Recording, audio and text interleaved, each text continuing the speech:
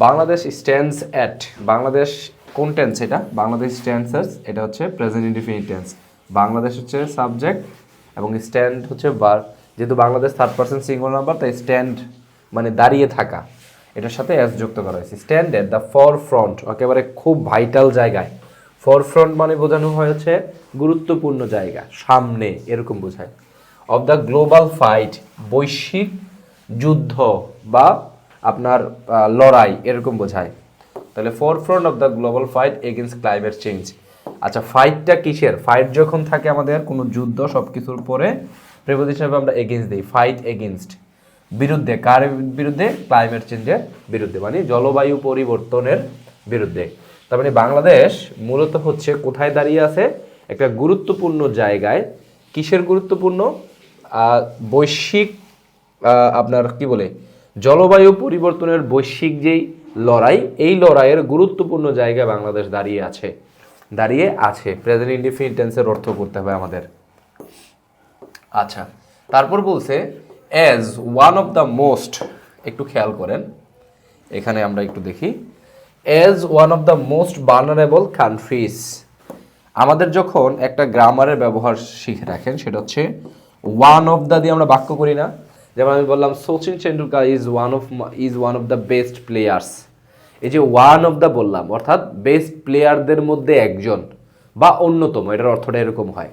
তো one of the যখন থাকবে, যে নাউনটা আমরা ব্যবহার করি, ওই যে বললাম বেস্ট প্লেয়ার্স, একটা নাউন অবশ্যই থাকে লাস্টে, ওই নাউনটার প্লুরাল ফর্মে করতে হবে। কিভাবে? দেখেন, এই জায়গায় দেখেন যে as one of the most vulnerable, climate vulnerable, কি লেখছে দেখেন এই জায়গায়? কান্ট্রিজ লেখছে, মোস্ট ভালনারেবল কান্ট্রিজ, এই যে দেখেন। তাহলে অ্যাজ মানে হিসেবে, কি হিসাবে? As one of the most, as হিসেবে, কি হিসেবে? One of the most climate vulnerable, অর্থাৎ জলবায়ু ঝুঁকিতে থাকা দেশগুলোর মধ্যে, মানে সবচেয়ে ঝুঁকিতে থাকা, জলবায়ুর সবচেয়ে ঝুঁকিতে থাকা দেশগুলোর মধ্যে অন্যতম একটা দেশ হিসেবে। তারপর কি বলতেছে? দেশ হিসাবে ইট ফেসেস, এটা মুখোমুখি হয়, মানে সম্মুখীন হয়, প্রেজেন্ট ইনডেফিনিট টেন্স। কিসের মুখোমুখি হয়? রাইজিং সি লেভেলস, অর্থাৎ আপনার সমুদ্রের পানি বৃদ্ধি পাওয়ার সম্মুখীন হয়। ইনক্রিজিং টেম্পারেচার, তাপমাত্রা বাড়ার আপনার সম্মুখীন হয়। তারপরে আরও আছে ইরাটিক ওয়েদার প্যাটার্নস। ইরাটিক মানে অদ্ভুত, মানে যখন তখন হুটহাট চেঞ্জ হয়ে যায় এরকম। ওয়েদার মানে কি? ওয়েদার মানে হচ্ছে আবহাওয়া। আরেকটা ওয়েদার আছে, এটা দ্বারা আমরা বোঝাই হচ্ছে কি না, আমি সেখানে যাব কি না আমি জানি না। Whether, I don't know whether I will be there. হ্যাঁ, আমি সেখানে যাবো কি জানি না। প্যাটার্নস মানে ধরন। তাহলে erratic weather patterns and higher, higher কি? Higher frequency. আমি একটু নাড়াচাড়া করে করতেছি, কারণ বড় করে দেখানোর জন্য, অথবা স্ক্রিনে আপনার ভালো দেখতে পাবেন না। দেখেন ওইখানে কি আছে? Higher frequency of natural disasters. তাহলে এখানে যদি আমরা এটা করতে যাই যে হায়ার ফ্রিকোয়েন্সি, ওকে, আচ্ছা, এটাকে আমরা ডিগ্রি বলি, পজিটিভ, কম্পারেটিভ, সুপারলেটিভ। ডিগ্রি তিন প্রকার। শব্দটা হচ্ছে মূলত হচ্ছে হাই, এটা থেকে আসছে হায়ার, ওকে, হায়ার, হায়ার, হাইয়েস্ট, হাইয়েস্ট, ওকে।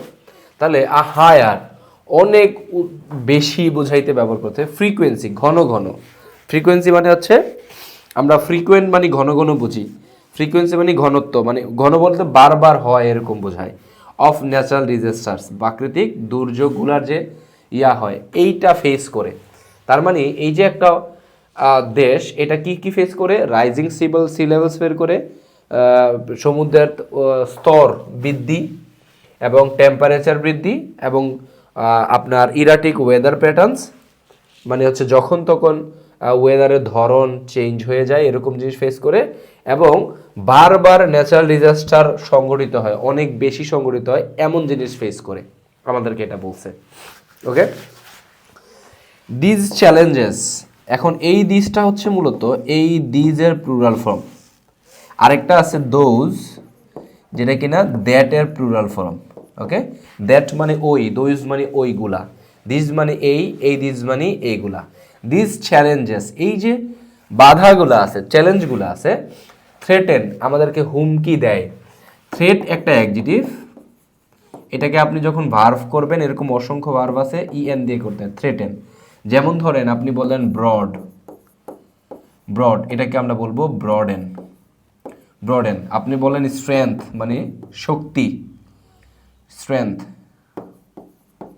এটাকে আমরা বলবো স্ট্রেংথেন। আরও আছে bright, brighten, wide, widen, white, whiten, এরকম আরও অসংখ্য আছে। অ্যাডজেক্টিভগুলোকে আমরা এভাবে করে কি করি, ভার্বে কনভার্ট করি। তাহলে থ্রেটেন দ্য কান্ট্রিজ ইকোনমি, এই চ্যালেঞ্জগুলা, এই যে আমাদের টেম্পারেচার বেড়ে যায়, সি লেভেল বেড়ে যায়, এগুলা কি কাকে থ্রেট করতেছে, কান্ট্রিজ ইকোনমি, দেশের অর্থনীতি, ইকোসিস্টেম মানে বাস্তুতন্ত্র, বাস্তুতন্ত্র মানে হচ্ছে পরিবেশের বিভিন্ন পশু পাখি একসাথে যে পরিবেশটা বাস করে সেটাকে আমরা বাস্তুতন্ত্র বলি। অ্যান্ড লাইভলিহুডস, জীবিকা, অফ মিলিয়নস, লাখ লাখ লোকের যে জীবিকা, সেটার কথা আমাদেরকে এখানে বলছে। এখন বলতেছে টু কমব্যাট, আমি আরেকটু বড় করি, এই আর্টিকেলটা আপনাদেরকে দিয়ে দেওয়া হবে, সো সেখান থেকে দেখে দেখেও আপনারা ইয়া করতে পারবেন। টু কমব্যাট, কমব্যাট মানে হচ্ছে মোকাবেলা করা, কমব্যাট মানে যুদ্ধ করা, লড়াই করা, মোকাবেলা করা, সম্মুখীন হওয়া, এগুলা বোঝায়। তাহলে মোকাবেলা করা,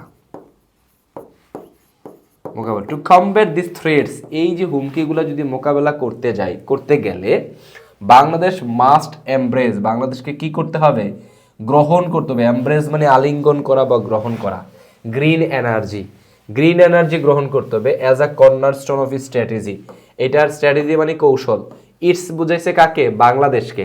আমরা প্রনাউনের ক্ষেত্রে পজিটিভ প্রনাউন জানি, যেমন ধরেন হিজ, হার, দেয়ার, দেয়ার, এগুলো ব্যক্তির ক্ষেত্রে। আর বস্তু ক্ষেত্রে আমরা ইটস ব্যবহার করি। বাংলাদেশের একটা অর্গানাইজেশনের বলতে গেলে ইটস, ওকে। আচ্ছা, তাহলে ইটস স্ট্র্যাটেজি, অর্থাৎ এটার স্ট্র্যাটেজিটাকে কি করতে, কি হিসাবে, অ্যাজ আ কর্নারস্টোন, কর্নারস্টোন মানে ভিত্তি, ভিত্তি মানে বেইজ। তাহলে এই যে এই থ্রেটগুলা, এই হুমকিগুলা যদি সম্মুখীন হইতে, মোকাবেলা করতে গেলে বাংলাদেশে অবশ্যই গ্রিন এনার্জি গ্রহণ করতে হবে।